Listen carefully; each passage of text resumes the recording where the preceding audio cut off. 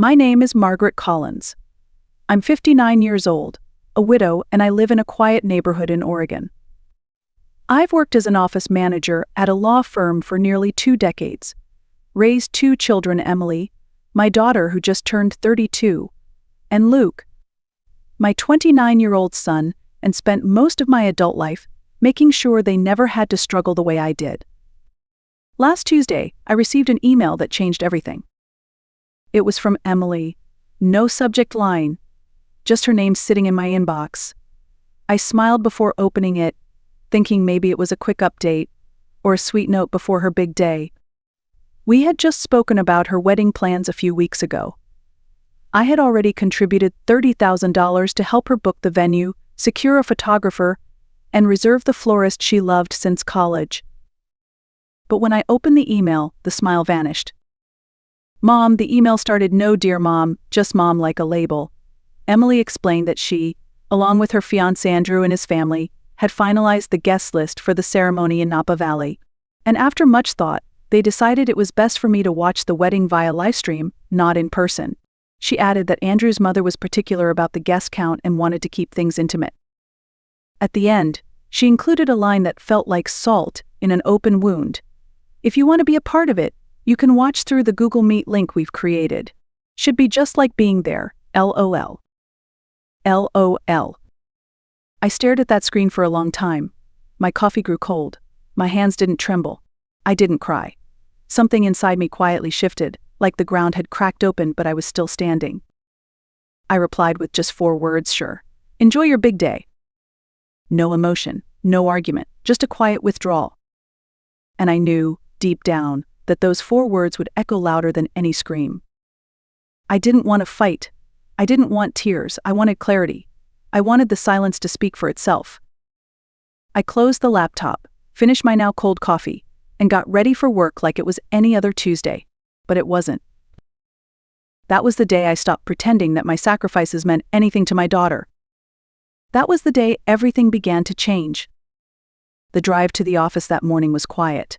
Oregon's early spring air still held a chill, but I barely noticed. My mind kept circling the same question: how did we get here? I've spent 18 years working at Caldwell Walker Law. It's not glamorous, but it's stable. And stability was what I needed after my husband died suddenly when the kids were still teenagers. I remember standing in front of our old washing machine, bills spread across the counter, trying to figure out how to pay for both groceries and Emily's upcoming college deposit. Back then, I didn't think twice about giving up my weekends. I took extra shifts, canceled vacations, skipped birthdays. I told myself there'll be time for me later. There never was. Every penny I saved went to Emily and Luke. When Emily changed majors twice and needed more credits, I paid. When she moved across the country for a short-lived job in New York, I covered her deposit and plane ticket. When she cried through her second breakup at 27, I flew out, held her hand, and made her tea in a kitchen that didn't feel like home. When Luke wanted to buy a house with his fiancée, I co-signed the mortgage and wrote the first $10,000 check without hesitation. I never kept score. That's what mothers do, right? But that email made me feel like a transaction, like I had been useful and now I wasn't, like I had a shelf life and it had expired. Back at the office, my boss Robert stopped by my desk. He's one of those rare men who remembers birthdays and how you take your coffee. He noticed something was off right away. "You look like you've seen a ghost," he said, setting a lat from the cafe downstairs on my desk. I wanted to tell him. I wanted to say my daughter just disinvited me from her wedding. But instead, I smiled and said I hadn't slept well. He didn't push. That small act of kindness, the coffee, the silence nearly undid me. After all the noise in my head that morning, it reminded me that I still existed, that I still mattered, even if only quietly. Around lunchtime, my phone buzzed. Emily again. Her name lit up my screen like a spotlight I didn't want. Voicemails, texts. "Mom, please answer. We need to talk. This isn't funny." I didn't listen to any of them, not yet. I just sat there, sipping my latte, and thought, maybe it's time to stop being the one who always answers. Maybe it's time to stop playing a role in someone else's story when they won't let you on the stage. That afternoon, I made a decision that would shift the ground beneath all of us. I wasn't going to scream. I wasn't going to beg. I was going to do something far more powerful. I was going to act. After work, I didn't go straight home. I drove to First Federal Bank, a few blocks down from the office. Carlos, the branch manager, had helped me with everything from setting up college funds to adjusting retirement contributions. He always greeted me by name. "Mrs. Collins," he smiled, standing to shake my hand. "What can I do for you today?" I sat down across from him and placed my purse on the floor. My voice was calm, almost too calm. "I need to cancel a wire transfer," I said. He blinked. "The one to the Napa venue?" "Yes, that one." Carlos hesitated. "There may be a cancellation fee depending on timing, but may I ask why?"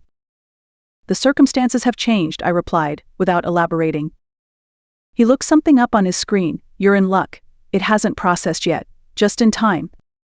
He paused, then looked up at me. "Are you sure, Mrs. Collins? $50,000 is a significant amount." I nodded. "I'm sure." $50,000. That was the amount I had planned to send next, on top of the $30,000 already gone.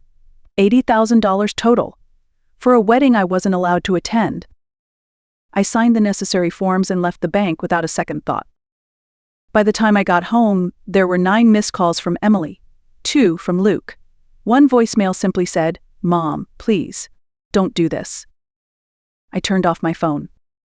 In the kitchen, I reached for the bottle of red wine I'd been saving for Thanksgiving. I hadn't opened it back then. Emily was supposed to visit, but she canceled last minute. "Work," she said. I poured a glass, took it out to the porch, and sat in the fading sunlight. Birds chirped in the trees. A neighbor's dog barked. Everything felt still.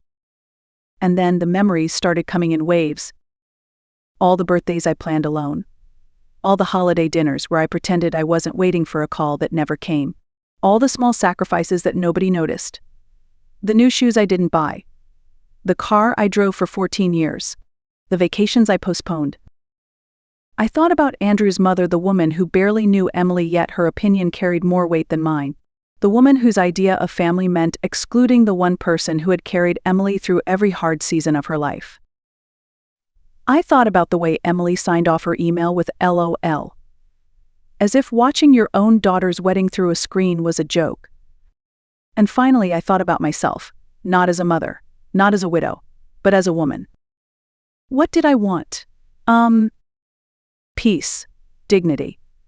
A life that didn't revolve around being useful to people who only showed up when they needed something. That night, around 9 p.m., the doorbell rang. I thought about ignoring it, but curiosity got the better of me.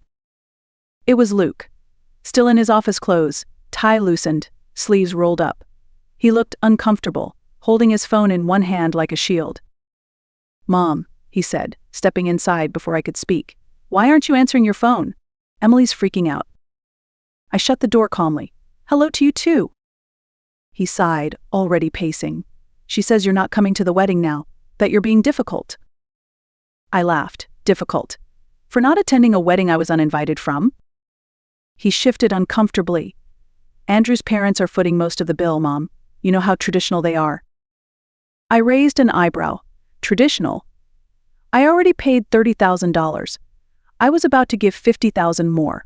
That's not tradition, that's a buyout. He froze. "Wait, you were sending another 50. "Was," I said, sipping my wine. "But not anymore." Luke's face went pale. "Mom, they're counting on that. The venue, the food, the—" "Not my problem anymore," I said evenly. His voice rose. "Of course it's your problem. She's your daughter." "And I'm her mother," I said quietly. "A mother who was told to stay home and watch from a screen." He ran his hands through his hair, visibly agitated. "You always make everything about yourself." And that was it. That was the moment something inside me finally gave way. "Get out of my house." "What?" "You heard me, Luke. Get out." "Mom." "No," I said, firm but soft. "I've given everything I had, and I'm done being the villain in a story I wrote with love." Luke stood there for a second longer, then turned and walked out.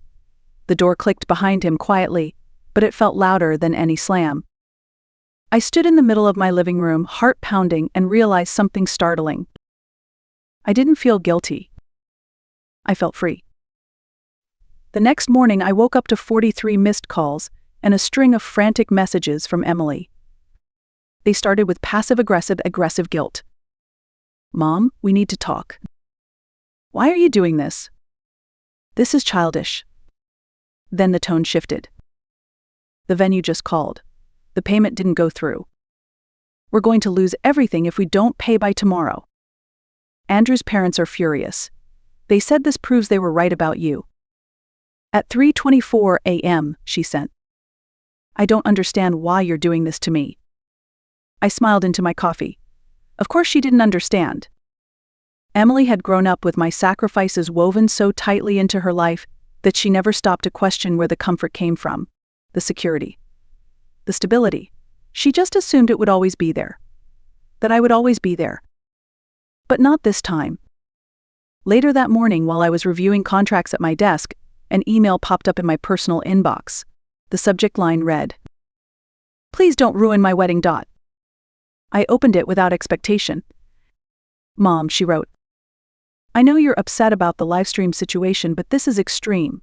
We've lost the venue deposit, and if we don't pay the remaining balance by end of day Paris time, the caterer walks. Andrew's parents are beyond upset. They're saying this proves you can't be reasoned with. Please don't do this. We can talk about you attending the ceremony, but we need the funds first." There it was. They were willing to talk about letting me attend, now that the money was gone. Not an apology, not a reflection. A negotiation. As if my presence at my own daughter's wedding could be bartered, bought, or sold depending on how generous I was feeling. I didn't respond. I closed the email and turned back to my work. Around noon, Robert stopped by my desk. "Lunch," he offered. "That new Italian place just opened." I almost declined, as I usually did. But something in me shifted. Maybe it was the clarity of the past 24 hours.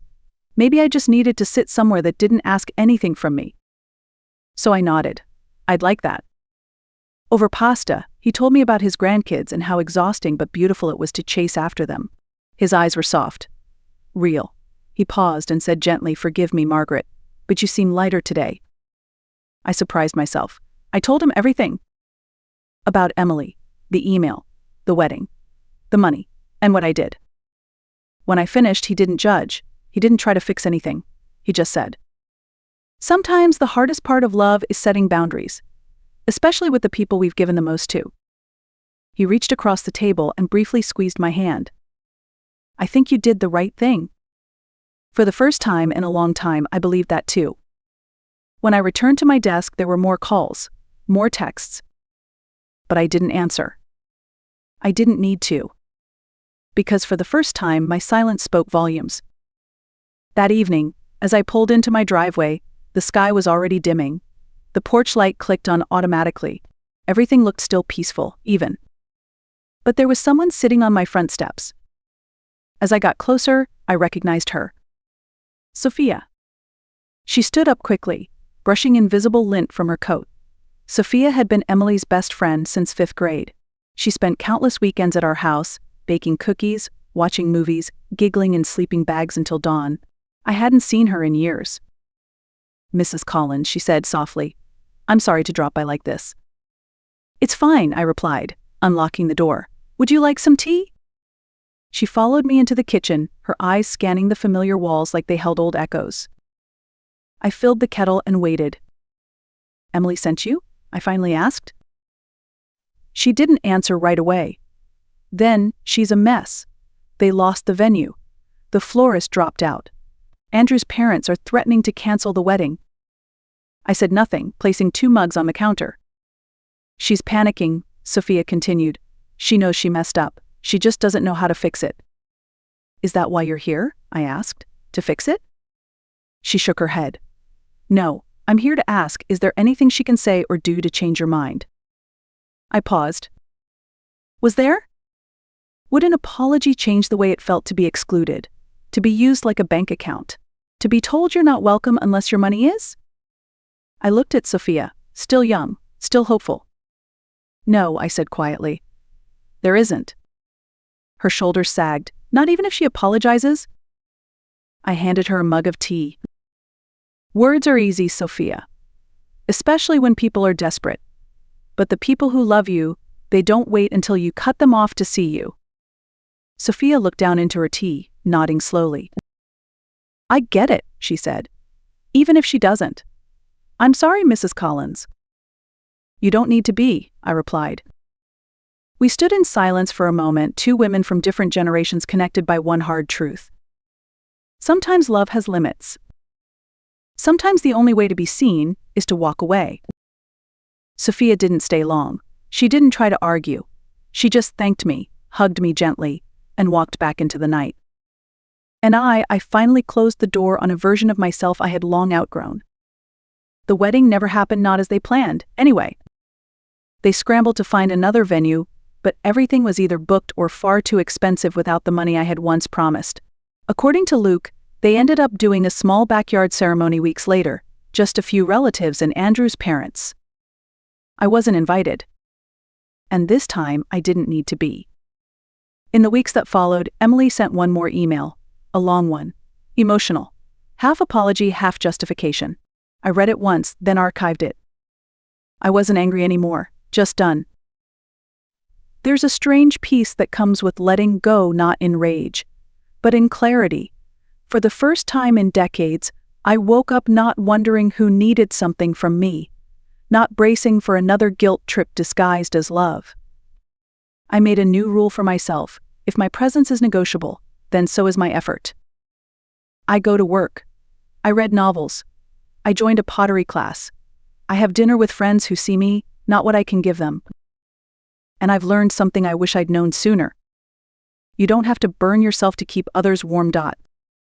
If this story resonated with you, share it, comment below. And don't forget to like and subscribe. Sometimes the strongest kind of love is the one you finally give to yourself.